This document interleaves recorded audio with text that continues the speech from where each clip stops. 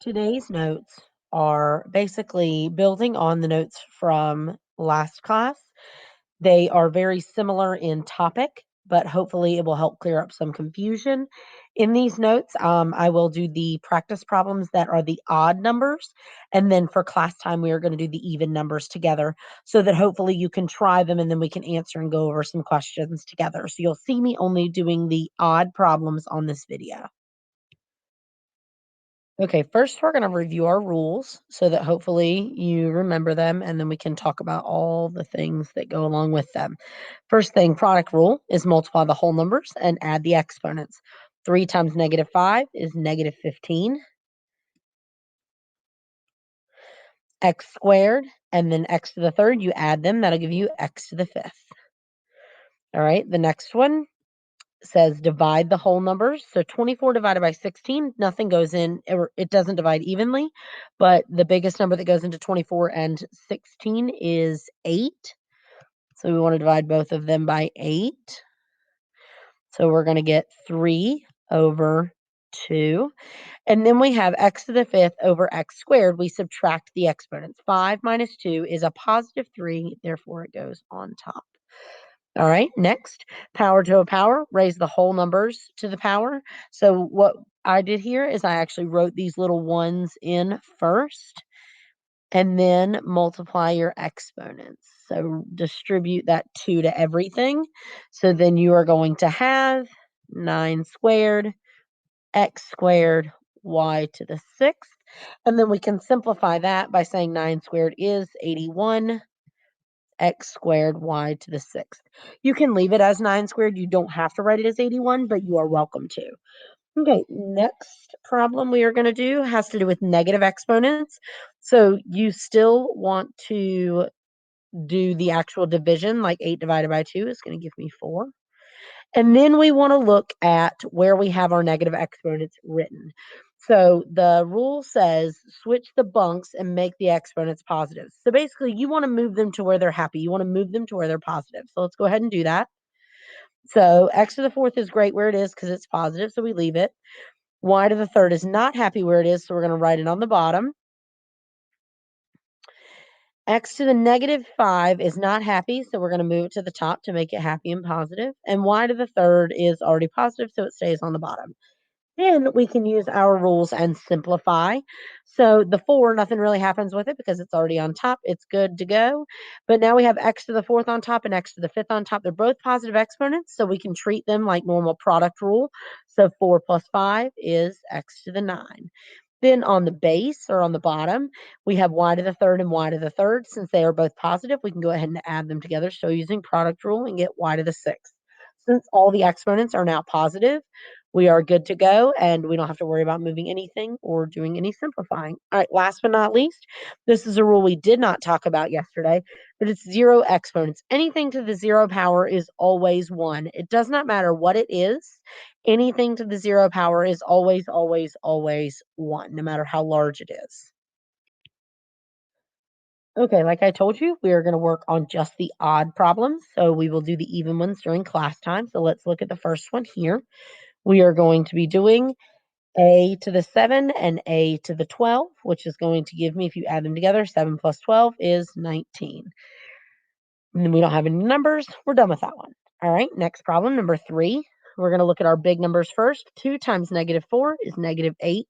Then we want to put together the terms that are like bases. So that means the letters are the same. So first thing we want to look at is all the D's. Actually, we only have one variable here, so we're all good. So we have 4 D's here, 9 here, and 5 here. So 4 plus 9 plus 5 is 18. So we're going to have D to the 18th power as our final answer on that one. Okay, next, looking at number 5, using the quotient rule. Remember, that means we subtract those exponents.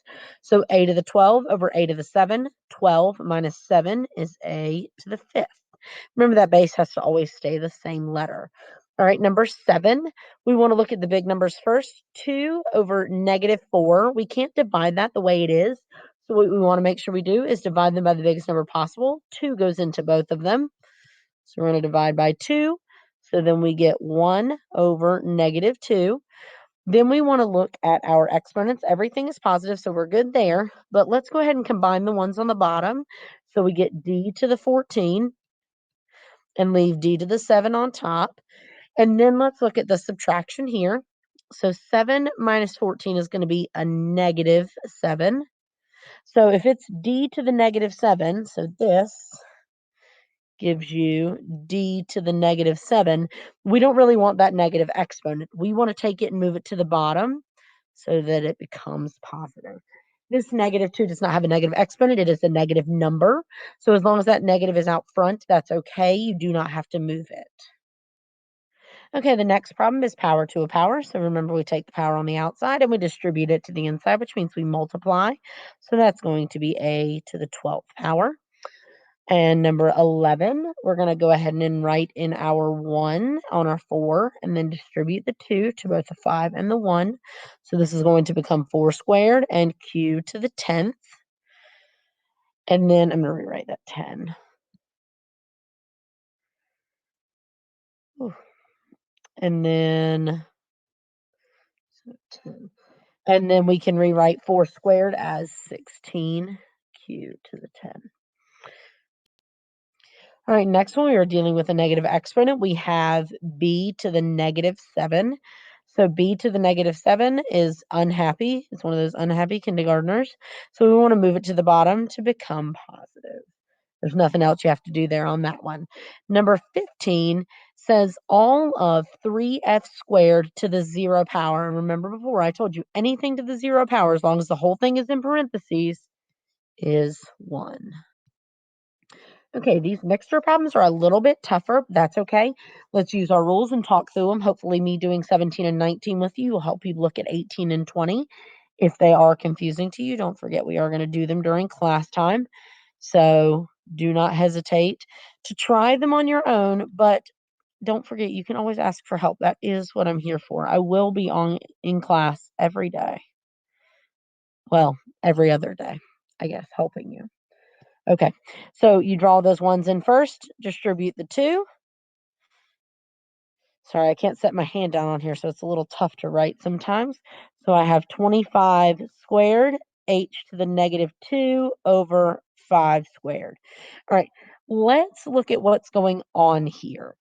So we can actually write out this number. 25 squared is 625, I think. Let me grab my calculator to check. Yes. 625. And then h to the negative 2, we don't like that. It needs to become positive, so we want to move it to the bottom, h squared. And 5 squared is 25. Now, with this, we actually can look at it and simplify it just a tiny bit further. We can do 625 divided by 25. It gives us a positive 25, and that stays on top. And then all we're left with on the bottom is h squared. So then this would be my final answer. All right. Next one, number 19. So we've got a bunch of things going on here, but remember the first thing you always want to do is go through and multiply these whole numbers. Very, very first thing. And I know sometimes multiplying fractions is a little bit tough. So either use your calculator if you downloaded the one off my website, or hopefully you can get that one downloaded. So if you multiply all of these out, I just did it in my calculator and I got 1/3. If you need it to see it by hand, 2/3 times 2 over 1 times 1 over 4. 2 times 2 is 4. 3 times 1 times 4 is 12, which simplifies to 1/3. And then with all of these z's, since they're the same base, we can add the exponents. So 5 plus negative 2 plus 9. So 5 plus negative 2 is 3. 3 plus 9 is 12. All right, so that is the last part of that. Next thing we talked about in the lesson from last class is rewriting the radicals and switching between the two forms. Remember, if it is inside the radical, it goes to the numerator. If it is outside the radical, it goes to the denominator. That's the key thing you want to remember here. Okay, we want to take these radicals and rewrite them as fractional exponents. So my base is still going to be m, and then my exponent is going to be 7 over 5. Let's look at number 3. Yet again, we're still doing only the odds. My base is going to be m. My numerator is -4, and my denominator is 9. But what is wrong with that? We have a negative up top, so we have to fix it. So that means this becomes 1 over m to the 4 over 9.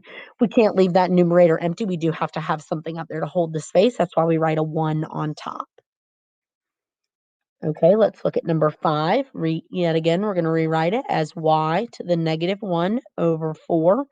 But we have a negative exponent, so we have to rewrite that as a fraction. 1 on the top because we don't have anything up there. And then y to the 1/4 power. All right, looking at number 7. It wants us to rewrite it into a radical. First thing you want to do is draw your radical. Draw the x on the inside. The number that goes on the inside is always the numerator, so it's going to be 4. And then the number on the outside, the index, is the denominator. Let's look at number 9. Start with writing the radical. Write the c on the inside. The numerator is the 5, and the denominator is the 2, so that becomes our index. And remember, you don't have to write the 2, so you could also write this like this, and it would also be correct. But if writing that 2 out there helps you, there's nothing wrong with doing that. Same thing going on here with number 11. Go ahead and rewrite your radical. Draw your S, and then your inside number is going to be 12 because it's your numerator, and 7 goes on the outside. It is your index. It's the denominator. Last thing that we are going to review on this lesson is simplifying radicals. To simplify radicals, create a factor tree and find groups that match the index. Any groups go on the outside of the radical, and anything left over stays on the inside. So we're going to practice drawing those factor trees again. Make sure you have a calculator handy if you do need to divide some of the big numbers. Still sticking with doing just the odd numbers. So 40, I'm going to break it down as 4 times 10. 4 is going to be 2 times 2. 10 is going to be 5 times 2. Remember, we cross out the things we already used. We already broke down. So cross the 4 and the 10 out. And then we want to circle things that are in pairs because our index here is a 2. So we have a pair of 2s. But left over, we have to box in the 5 and the 2. So then the pair of 2s comes to the outside. We have the radical. And then the boxed numbers go here, 5 times 2. But then we need to simplify that. The 2 stays on the outside. 5 times 2 is 10. All right, looking at number 3, 144. So 144 I know is 12 times 12. Remember, you can break that down however you want. It just whatever pops in your head first is perfectly fine. So then 6 and 2, 6 and 2, 6 is 3 and 2, and 3 and 2. So now here, notice your index is 3. So we have to circle in groups of 3. So the only thing we have a group of 3, oh, forgot to cross out my bad numbers that I'm done with. The only thing I have a group of 3 of is 2s. So I'm going to circle those in blue. All right, so I got a group of 2s. But then the numbers that didn't get used, I have a 3, and a 2. So I'm going to have my radical. And then inside, I'm going to have 3 times 3 times 2. And I cannot forget my index on the outside. Need to simplify that one little step further. And I'm going to get 2 cube root of 3 times 3 is 9. 9 times 2 is 18. All right, looking at number 5. We want to break down the 88. So I know that's 8 times 11. Can't break down the 11, but I can break down the 8. 4 and 2. Break down the 4. 2 and 2. Cross out the numbers I already broke down, and I want to look at my letters as well. I have 3 x's because it was x to the third. Okay, my index is 2, so I want to circle in pairs or groups of 2. So I have a group of 2 here. I have a group of 2 here. I am left with a 2, an 11, and an x. So then I want to take my pairs to the outside. So I have a 2, and I have an x. And then I want to take anything that has a blue box around it and put it on the inside. 2 times 11 times x. And then I'm going to get my final answer of 2x root 22x. Okay, last two problems. All right, 180. I'm going to break that down into 18 and 10. 18 is 9 and 2. 9 is 3 and 3. 10 is 5 and 2. Okay, cross out those numbers that I already broke down. And I'm going to go ahead and write out my letters as well. I have 9 A's.